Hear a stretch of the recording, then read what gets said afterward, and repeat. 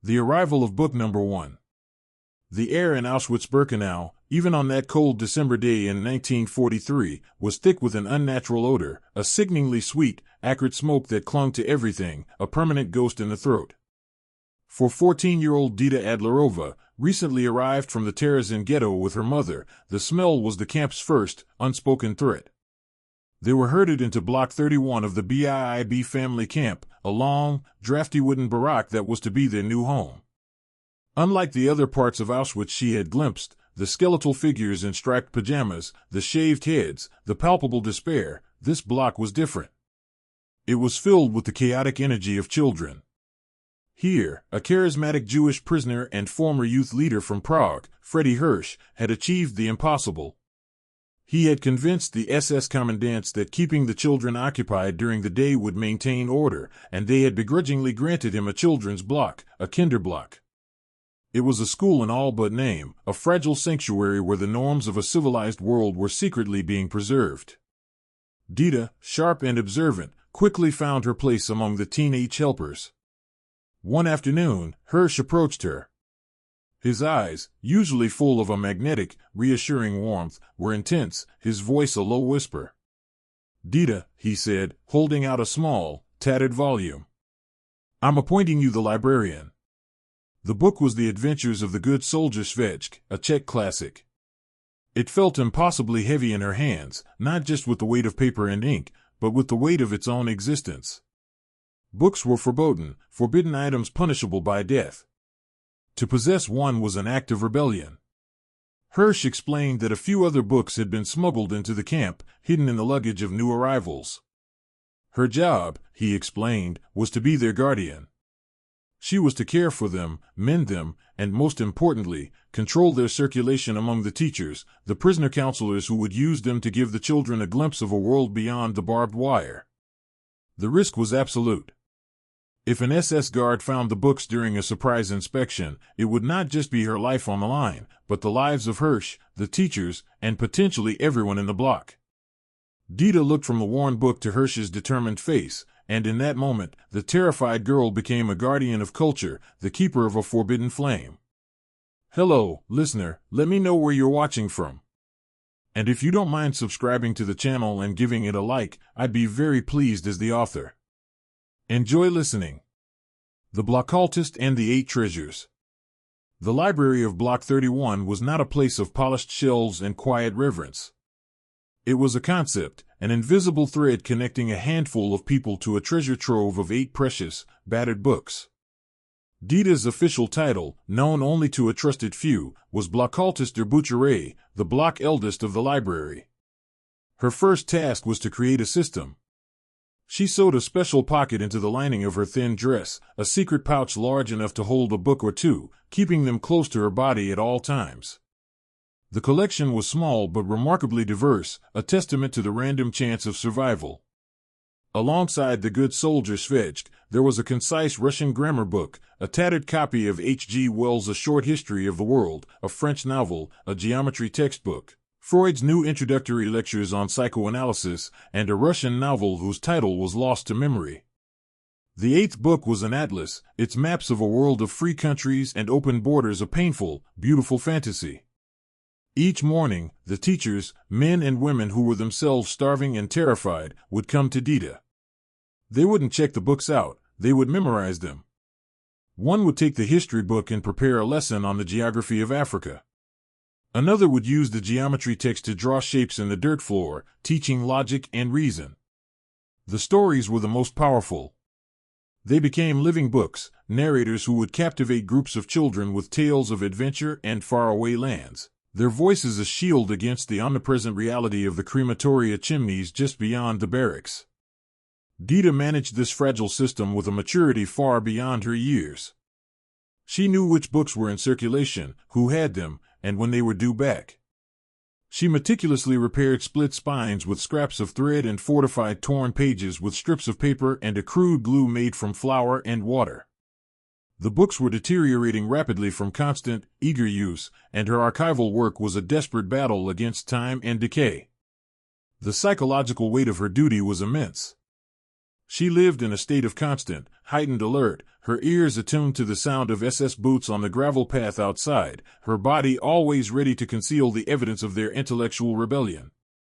The shadow of Dr. Mengele. Life in the family camp was a tightrope walk over an abyss, and the most terrifying figure patrolling that abyss was SS Hauptsturmführer Joseph Mengele, the camp's chief physician.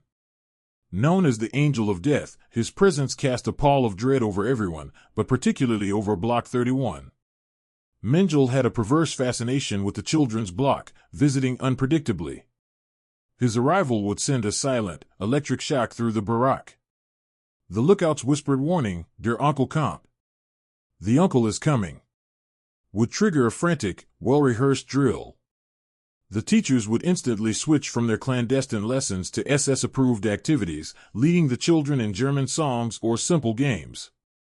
For Dita, these moments were the apex of terror. The books, her precious, damning evidence, had to vanish. She would scramble to the corner where she had designated her office, a small stool and a shelf, and gather the volumes. With her heart hammering against her ribs, she would shove them deep into her secret pocket or under the loose floorboards. On one occasion, Mengele entered while a teacher was recounting a story from a short history of the world. The man, a brilliant academic named Otto, seamlessly transitioned into a sanitized tale about German history, praising Aryan ingenuity. Dita, frozen in her corner, watched Mengele's polished boots move closer. He stopped near her, his gaze sweeping the room with an unnerving, analytical calm. He carried a writing crop, which he tapped rhythmically against his leather glove. He was known for his charm, for offering sweets to the children he would later condemn to his horrific experiments or the gas chambers. That day, he looked directly at Dita, a faint, unreadable smile on his lips. She felt the rigid outline of the geometry textbook pressed against her side. She held his gaze for what felt like an eternity, her mind a blank slate of fear. He said nothing, simply nodded, and moved on. The collective exhale of relief in the block after he left was a physical, palpable thing. Dita learned a crucial lesson from these encounters. Survival depended on a perfect, invisible performance, on becoming a ghost in plain sight. Her role wasn't just to hide the books, but to hide her own intelligence, her own fear, her very essence, behind a mask of youthful innocence. The unspoken 6-month deadline. The family camp operated on a lie, and the currency of that lie was time. The prisoners of the September transport, the first group to arrive from Terezín, were living on borrowed time, marked by a 6-month quarantine period. The SS spread rumors that after 6 months, they would be sent to a labor camp called Birkenau near Dresden. The prisoners clung to this hope. They were forced to write cheerful, post-dated postcards to relatives, creating a false trail of well-being that would encourage others to comply with deportation orders. But Fredy Hirsch, a man of profound intuition and intelligence, was skeptical. He used his position to gather information, piecing together whispers from other prisoners and observing the camp's grim logistics. The 6-month anniversary for the September transport, March 8, 1944, approached with a growing sense of foreboding. An order came down, a complete ban on movement.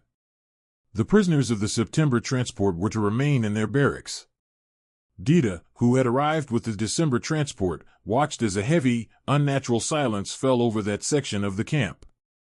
The children in her block were confused, asking where their friends had gone. Dita and the other caregivers had no answers, only a cold knot of dread in their stomachs. That night, the sky above Auschwitz glowed with a terrifying light. The rumbling of trucks echoed through the darkness, carrying nearly 4,000 men, women, and children to gas chamber V. The prisoners were ordered to sing as they were marched to their deaths to drown out the screams. In the morning, the barracks of the September transport were empty. The lie had been exposed in the most brutal way imaginable. Fredy Hirsch, who had been offered a chance to save himself, had refused to abandon his children and had taken his own life just before the liquidation. For Dita, the massacre was a shattering turning point. The library was no longer just about preserving culture, it was an act of defiance against impending, certain death. Her own 6-month deadline was now ticking. With Hirsch gone, the responsibility for the children's block fell to others, but Dita's secret duty remained. She guarded the books with a new, fierce desperation, as if the stories themselves were the only things that could not be turned to ash. A new librarian and a secret archive. The loss of Fredy Hirsch left a vacuum, but the clandestine school continued, fueled by a collective will to resist dehumanization. A new leader emerged, a man named Joseph Lichtenstein, who recognized the profound importance of Dita's role. The library became more vital than ever, a fragile shield against the psychological trauma of the March liquidation. The teachers now used the stories not just to educate, but to soothe, to distract the children from the horrifying truth of their existence. The Atlas was the most requested book. In the dim, crowded barack, children would huddle around a teacher who would trace journeys with their finger across the faded maps, describing oceans they would never see and mountains they would never climb. Dita's work expanded. Beyond the 8 printed books, she began curating another, even more secret collection, an oral archive. She became the keeper of the living books. One of the teachers, a philosophy professor, couldn't read his lectures, so he recited them from memory. Dita would listen, committing the core ideas to her own memory, becoming a living repository of his wisdom. The children, too, became part of this archive. They would draw pictures on scraps of paper, retelling the stories they had heard, and Dita would collect and hide these drawings. It was a desperate attempt to create a record, to prove that even here, in the heart of the abyss, minds were still working, imaginations were still soaring, and humanity had not been extinguished. Her analysis of her inventory was precise. She knew which stories brought comfort, which sparked curiosity, and which were too painful to tell. She understood the tactical value of her library. A story from the good soldier Svej could elicit a rare, precious laugh, a moment of normalcy that was a victory against the SS. A lesson from the history book could give a child a sense of a world beyond the camp, a timeline that would continue long after their own had been tragically cut short. She was no longer just a girl hiding books. She was an archivist of souls, a strategist of hope, fighting a war of ideas on the grimmest battlefield on Earth. The Art of Deception and the Red Cross Visit. As the spring of 1944 bled into early summer, a strange new energy permeated the family camp. The SS, masters of psychological warfare, began a campaign of beautification. Barracks were painted, small gardens were planted with green turf and flowers, and a playground with a sandbox and carousel was constructed near Block 31. This was not a reprieve, it was stagecraft. The Nazis were preparing for a carefully orchestrated inspection by the International Red Cross, an elaborate hoax to counter the growing rumors of mass extermination. The family camp, and specifically the children's block, was to be the centerpiece of this deception. The prisoners were ordered to participate in the charade. They were given better food rations and instructed on how to behave when the inspectors arrived. For Dita, this period was a masterclass in calculated risk. The library had to be completely invisible, yet the intellectual life it fostered had to be subtly on display. During one rehearsal, an SS officer, observing the children singing and playing, remarked to the camp commandant that it looked too Jewish. The order came down. A performance of the children's opera Brunderbar, which had been a symbol of cultural resistance in Terezín, was to be staged for the Red Cross delegation. The irony was grotesque. A piece of art that represented Jewish resilience was being co-opted by the murderers to mask their genocide. Dita watched the preparations with a mix of awe and terror. The actors, singers, and musicians threw themselves into the performance, their artistry a final, defiant roar. On the day of the visit, June 23, 1944, the camp was transformed. SS guards smiled. Children, looking deceptively healthy, played on the carousel. The Red Cross delegates, led by Dr. Maurice Rossel, were given a meticulously guided tour. They saw the school, the infirmary, and the happy children. They were completely fooled. Rossel's subsequent report described humane conditions and well-cared-for prisoners. During the inspection of Block 31, Dita stood silently in the corner, the 8 books hidden deep beneath a loose floorboard, covered by a thin mattress. She watched the delegates walk past, their faces impassive, their eyes seemingly blind to the truth that screamed from the very soil of the place. The performance was a success for the Nazis, but for the prisoners, it was the chilling final act before the curtain fell. The final selection and the burning of hope. The departure of the Red Cross marked the end of the family camp's usefulness to the SS. The illusion had served its purpose. In early July 1944, the inevitable order came.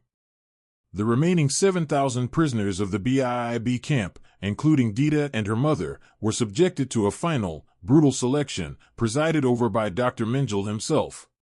The process was a horrific lottery of life and death.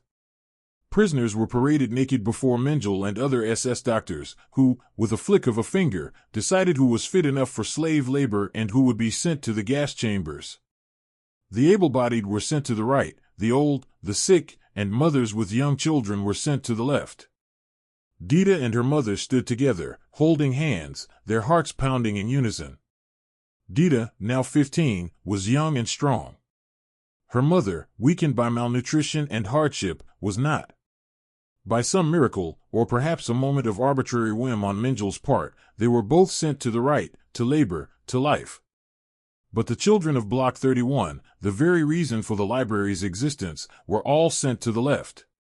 Their laughter, their songs, their drawings, their memorized stories, all were condemned. In the chaos of the selection, Dita had one final, desperate mission. She could not save the children, but she could try to save the books. As the camp descended into panic and grief, she slipped back to the now empty Block 31. The barack felt cavernous and silent, haunted by the ghosts of the children who had filled it with life only hours before. She retrieved the 8 books from their hiding place. For a moment, she held them, their worn covers a tangible link to a world that was about to be utterly destroyed. What was she to do? She couldn't take them with her. Carrying them would be an instant death sentence in another camp. To leave them behind meant they would be found and destroyed. In that moment of terrible clarity, she understood a truth that contradicted her every instinct as a librarian: the knowledge was more important than the object. The stories had been passed on, they lived in the minds of those who had heard them. With a heavy heart, she made an unthinkable choice. She couldn't bear to see them fall into Nazi hands, so she did what the Nazis were about to do to the children: she destroyed them, tearing them apart and hiding the scraps, ensuring no trace of their forbidden library remained. It was an act of profound grief, a mercy killing for the symbols of a hope that had finally run out. The transfer to Hell's Anteroom, Hamburg. After the liquidation of the family camp, Dita and her mother were herded onto a cattle car, their journey into the next circle of hell beginning. They were transferred to the Dessauer Ufer camp in Hamburg, a subcamp of Neuengamme. The contrast with the deceptive normalcy of the family camp was stark and immediate. Here, there were no pretenses, only brutal, relentless labor. The prisoners were forced to dig trenches and clear rubble from Allied bombing raids. The work was grueling, the rations were starvation level, and the guards were savage. The human factor was everything. In Auschwitz, the enemy had been a systematic, industrial machine of death. In Hamburg, the cruelty was personal, meted out by individual guards who seemed to revel in their power. Dita's analysis of survival tactics had to change dramatically. This was no longer a battle of wits and concealment, it was a battle of pure physical endurance. She and her mother clung to each other, a 2-person unit fighting for survival. They shared every crumb of bread, every drop of watery soup. They learned to work at a pace that was just enough to avoid a beating but conserved every ounce of precious energy. Dita's youth, which had been a liability in some ways, was now her greatest asset. She was strong enough to endure the backbreaking labor. Yet, the librarian within her did not die. In the evenings, huddled in their flea-infested bunks, she would become a living book herself. She would whisper the stories she remembered from her hidden library to her mother and the other women in her barack. She recounted the tales from the Good Soldier Svezk and the Grand Sweep of History from H.G. Wells' book. These were not just stories, they were logistical supplies for the soul. They were a reminder of a time when life was more than just pain and hunger, a tactic to keep their minds from succumbing to the despair that was as deadly as any SS guard. The act of storytelling was an act of resistance, a refusal to let their inner worlds be crushed by the external horror. Bergen-Belsen and the final descent. As the Allied armies closed in during the winter of 1944 to 1945, the Nazi camp system began to collapse in on itself. Prisoners from camps near the front lines were evaluated and forced on brutal death marches or packed into trains and sent to camps deeper within Germany. In March 1945, Dita and her mother were forced onto another train, this time to the infamous Bergen-Belsen concentration camp. If Auschwitz was organized evil, Belsen was pure chaos.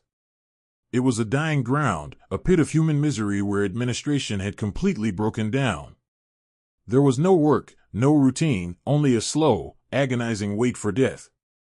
Thousands of emaciated prisoners were crammed into barracks designed for a fraction of their number. Typhus, dysentery, and starvation ran rampant. The ground was littered with corpses that no one had the strength to move. The camp's water supply was contaminated, and the food was non-existent. Here, the struggle for survival became primal. Dita's mother, her body already weakened, quickly succumbed to the horrific conditions. She grew weaker each day, and Dita watched, helpless, as the life faded from her. The human element was stripped bare. The bonds of solidarity that had held people together in other camps frayed and snapped under the extreme pressure of Belsen. It was every person for themselves. Dita's only focus was on her mother. She fought for a space for her to lie down, she pleaded for a drop of water, she shielded her from the jostling, desperate crowds. But it was a losing battle. Just weeks before liberation, her mother died in her arms. Dita was utterly alone, a 15-year-old girl in a landscape of death, surrounded by tens of thousands of corpses. The librarian who had guarded books, the storyteller who had nurtured souls, was now just a shell, her only motivation the biological imperative to breathe for one more minute, one more hour. She had no hope, no future, only a hollow emptiness where her world used to be. Liberation and the weight of the past. On April 15, 1945, the British Army entered Bergen-Belsen. The soldiers who liberated the camp were hardened combat veterans, but nothing could have prepared them for what they found. They discovered over 60,000 starving, diseased prisoners and more than 13,000 unburied dead. The scenes of horror were so extreme they were initially unbelievable. Dita was among the skeletal survivors, a ghost-like figure weighing barely 70 pounds. She was in the final stages of typhus, barely conscious. She was carried to a makeshift hospital, her life hanging by a thread. For weeks, she drifted in and out of consciousness, her fevered dreams a chaotic swirl of her past, the smell of Auschwitz smoke, the touch of a book's worn cover, the face of Fredy Hirsch, the final breath of her mother. When she finally recovered, she stepped out into a world that was free, but she was a prisoner of her memories. The war was over, but her personal battle was just beginning. The 8 books of Block 31 were gone, but their legacy was etched into her soul. She had been the guardian of a tiny, flickering candle of civilization in the deepest darkness. She had witnessed the power of a story to sustain life and the power of a lie to extinguish it. As she slowly began the process of rebuilding her life, eventually making her way to Prague and then to Israel with her future husband, fellow survivor Otto Kraus, she carried the library of Auschwitz within her. It was not a library of paper and ink, but a library of memory, of witness, and of an unbreakable commitment to telling the story of those who could no longer speak. The young girl who was entrusted with 8 books had become the archivist of thousands of lost souls, her life's work a testament to the fact that while bodies can be broken and books can be burned, the words and ideas they contain can, against all odds, survive. The echoes in a liberated world. While the world erupted in celebration on VE Day in May 1945, Dita experienced liberation not as a joyous explosion, but as a slow, disorienting return to consciousness in a British field hospital. She was technically free, but her mind remained a captive, shackled to the memories of the past 18 months. The psychological trauma of survival was a complex, insidious enemy.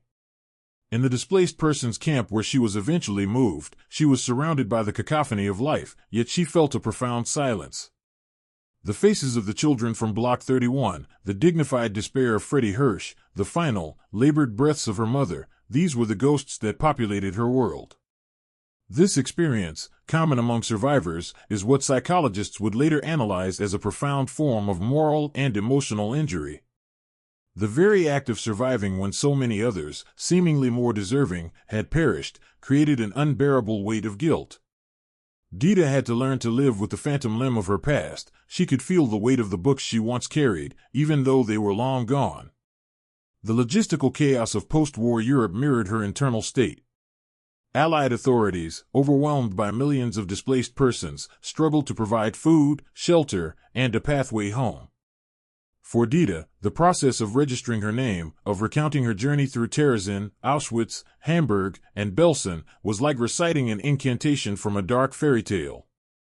Each station she named was a tombstone.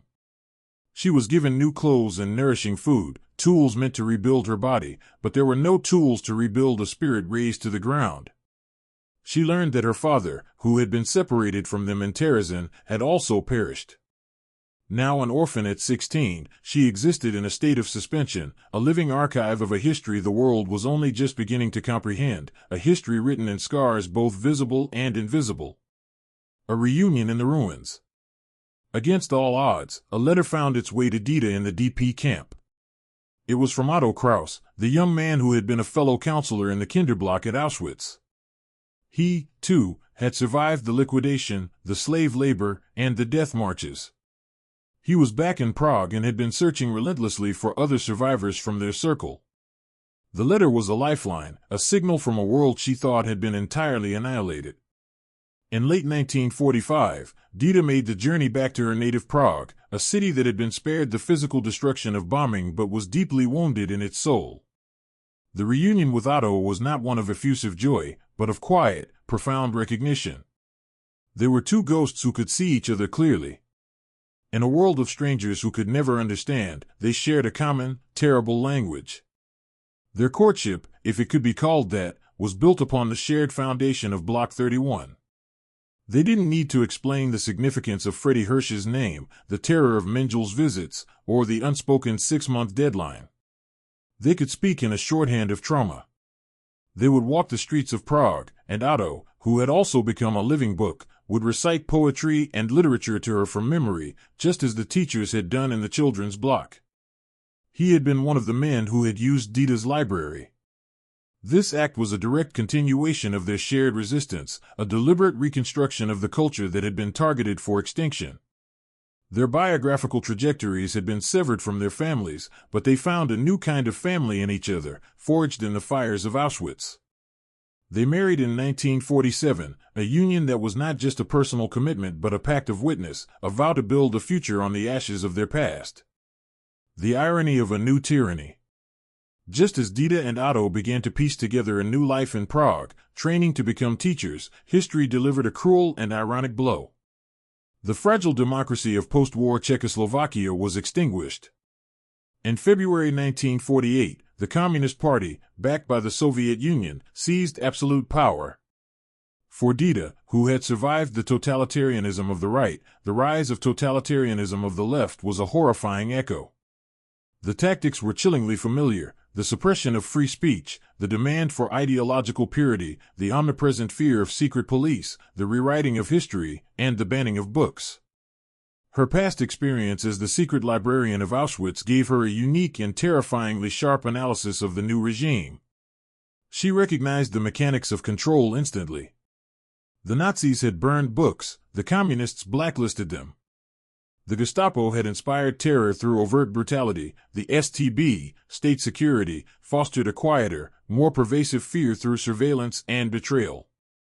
As teachers, Dita and Otto found themselves on a new front line in the same old war. They were expected to indoctrinate their students with Marxist-Leninist ideology, to use their classrooms as tools of the state. They were handed new, approved textbooks that presented a warped version of reality, much like the Potemkin village of the family camp had once done. They had to navigate a treacherous path, teaching the required curriculum while trying to subtly nurture critical thought in their students. A far more sophisticated version of the clandestine education they had practiced in Block 31. The very act of encouraging a student to think for themselves, to question the official narrative, was an act of subversion. Dita had gone from hiding forbidden books from the SS to hiding forbidden thoughts from the Communist Party. The fight for the freedom of the mind, it turned out, had not ended in 1945. Choosing a future's the journey to a new Zion. The experience of living under two successive dictatorships solidified a momentous decision for Dita and Otto. They had survived the Holocaust, the near-total annihilation of European Jewry. They had seen their homeland, for which they felt a deep cultural affection, fall under the sway of another oppressive ideology that was hostile to independent thought and, increasingly, to its Jewish citizens, disguised as anti-Zionism. The promise of never again felt hollow in Czechoslovakia. Simultaneously, a new, powerful idea was taking hold among the Jewish survivors of Europe, the State of Israel, declared in May 1948. From a historical and logistical perspective, the birth of Israel was a direct consequence of the Holocaust. It was seen not merely as a political project but as a psychological and existential necessity, a place where Jews could determine their own fate and defend themselves, where the status of vulnerable minority would be erased. For Dita and Otto, the choice became clear. In 1949, they made the difficult decision to leave their homeland, their language, and the ghosts of their past behind and make Aliyah, the immigration to Israel. This was not a flight of fancy but a deeply analytical choice about the future. They were trading the familiar ruins of Europe for the uncertainties of a nascent nation surrounded by enemies, a nation of traumatized but determined immigrants.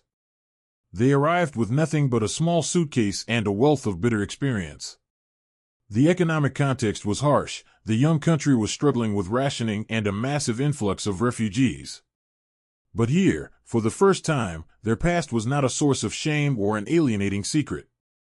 It was a shared, foundational story. In Israel, they were not just survivors, they were pioneers, builders of a new society on the principle that what happened in Auschwitz would never happen again. The Public Librarian and the Living Book. In Israel, Dita and Otto Kraus found their ultimate calling. They both became teachers, dedicating their lives to the profession they had been forced to practice in secret. Dita, the girl who had once guarded 8 forbidden books in a death camp, now presided over classrooms and school libraries filled with thousands of books, their pages open to all. The contrast was a powerful, daily affirmation of her life's journey. Her work was the ultimate victory over the Nazis and their ideology of ignorance and destruction. For decades, she and Otto built a quiet life, raising a family and pouring their energies into educating the next generation of Israelis. She was, in the most profound sense, fulfilling Fredy Hirsch's mission on a grand scale. However, for many years, her story remained a private one, known only to her family and close friends. The trauma was still too raw, the memories too painful to be exhumed for public consumption. It was only later in life, after Otto's passing and as the world began to grapple more deeply with the history of the Holocaust, that Dita accepted her final role, that of the public witness. Encouraged by historians and authors, she began to speak about her experiences. Her sharp memory, honed by years of secretive observation, allowed her to recall details with stunning clarity. Eventually, she wrote her memoir, A Delayed Life, transforming her personal archive of memory into a permanent historical record. The girl who had guarded books written by others had finally become the author of her own. Her life story became the 9th, and most important, book of the Auschwitz Library. It was a living book that testified not only to the depths of human cruelty but to the indestructible power of knowledge, the resilience of the human spirit, and the quiet, extraordinary courage of a 14-year-old girl who refused to let the darkness extinguish the light. Deep analysis, the arsenal of the mind. To fully comprehend the significance of the secret library of Block 31, one must analyze it not as a quaint, sentimental gesture, but as a sophisticated weapon in a psychological war. The primary strategic objective of the SS in Auschwitz was not merely mass murder, but the complete spiritual and intellectual annihilation of its victims before their physical death. This was achieved through a meticulously designed system of dehumanization, shaving heads, tattooing numbers, issuing identical uniforms, inducing starvation, and enforcing brutal, meaningless labor. This entire apparatus was engineered to strip prisoners of their identity, their individuality, and ultimately, their will to live. From an archival perspective, drawing on survivor testimonies and SS records, we can see that the Nazi strategy was to reduce a human being to a musulman, a walking corpse, devoid of thought or emotion. In this context, the 8 books curated by Dita were not just for entertainment or education, they were a direct counteroffensive. H.G. Wells' A Short History of the World was a powerful tool against the Nazis' narrative of a thousand-year Reich. It reminded the children and teachers that empires rise and fall, that history is long, and that the Nazis were but a single, brutal chapter, not the final word. The geometry textbook was a weapon of logic, a reinforcement of a rational world of proofs and axioms, standing in stark opposition to the chaotic, insane irrationality of the camp. Even a simple novel provided a narrative structure, a beginning, middle, and end, that was a psychological antidote to the endless, purposeless present of camp life. Fredy Hirsch's tactical genius was in recognizing that if the minds of the children could be kept alive and active, their spirits would have a greater chance of surviving the daily onslaught of horror. Dita's role as librarian was therefore akin to that of an armorer, meticulously maintaining and distributing the essential weapons needed for this internal battle. She was, in effect, the quartermaster of a spiritual resistance. The technology and equipment of survival. While World War II is often defined by its technological advancements, the V-2 rocket, the atomic bomb, the Enigma machine, the technology employed by the prisoners of Auschwitz was of a different, more primal nature. It was the technology of adaptation and improvisation. Dita's equipment was rudimentary but effective, a case study in ingenuity born of desperation. Her primary piece of gear was her own dress, modified with a secret pocket. This simple alteration in textile engineering transformed a standard-issue prisoner's garment into a piece of clandestine equipment. The glue she fashioned from stolen flour and water to repair the books was a feat of battlefield chemistry, using the camp's meager resources to create a preservative. The human mind itself became a critical piece of technology.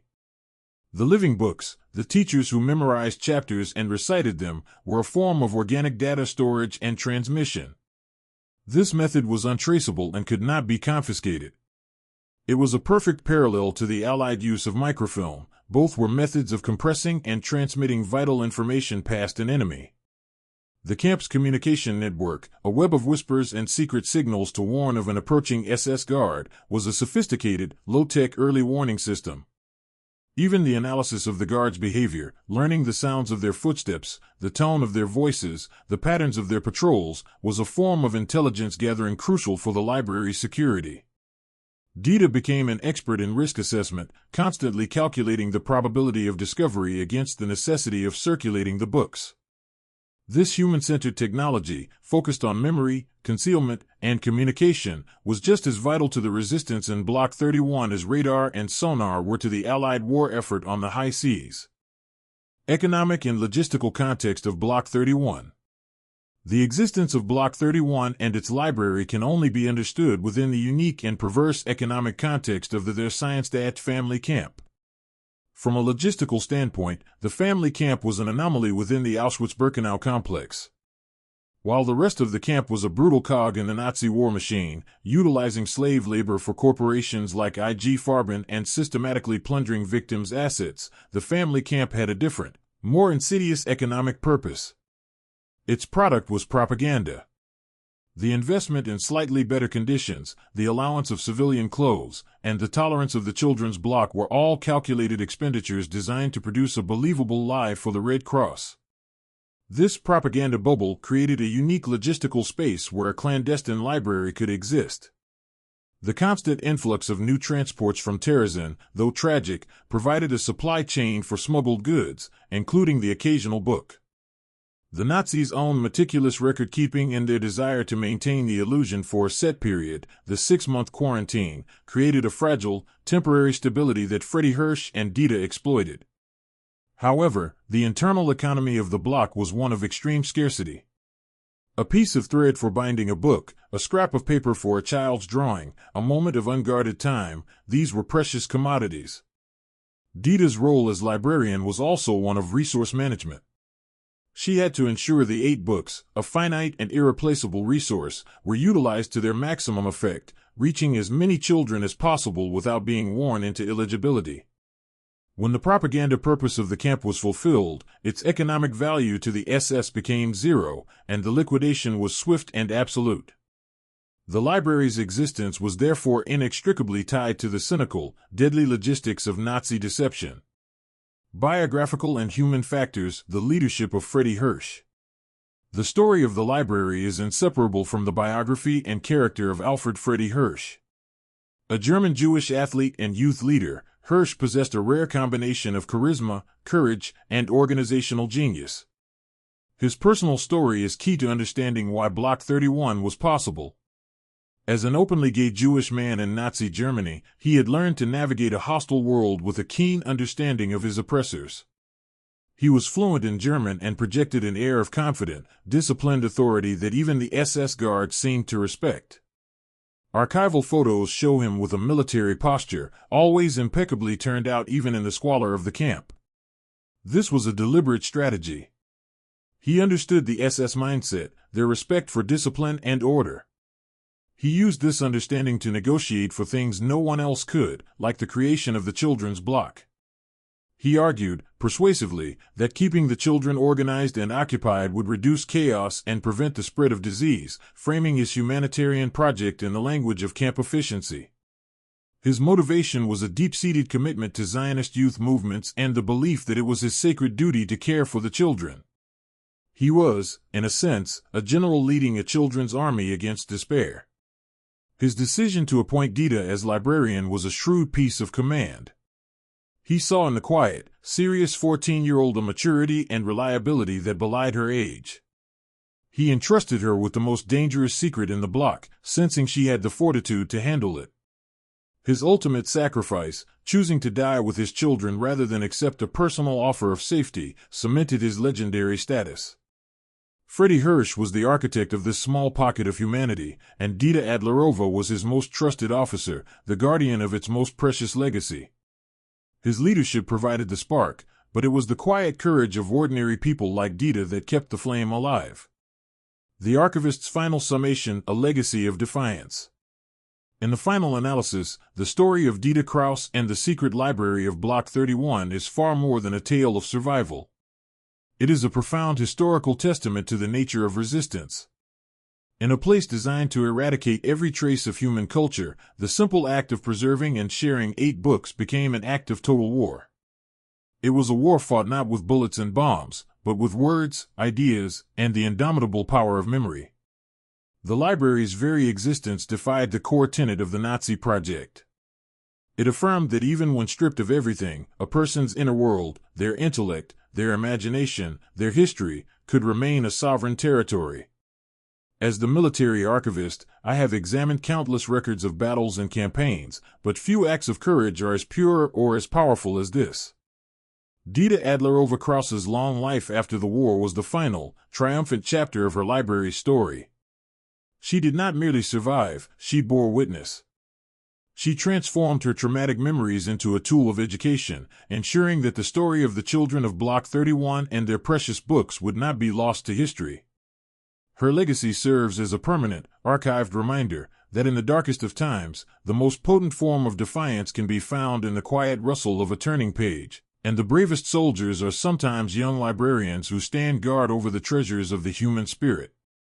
The library of Auschwitz was ultimately not destroyed, it was dispersed into the minds of those who heard its stories and lives on today in the testimony of its last guardian. The archive is now closed.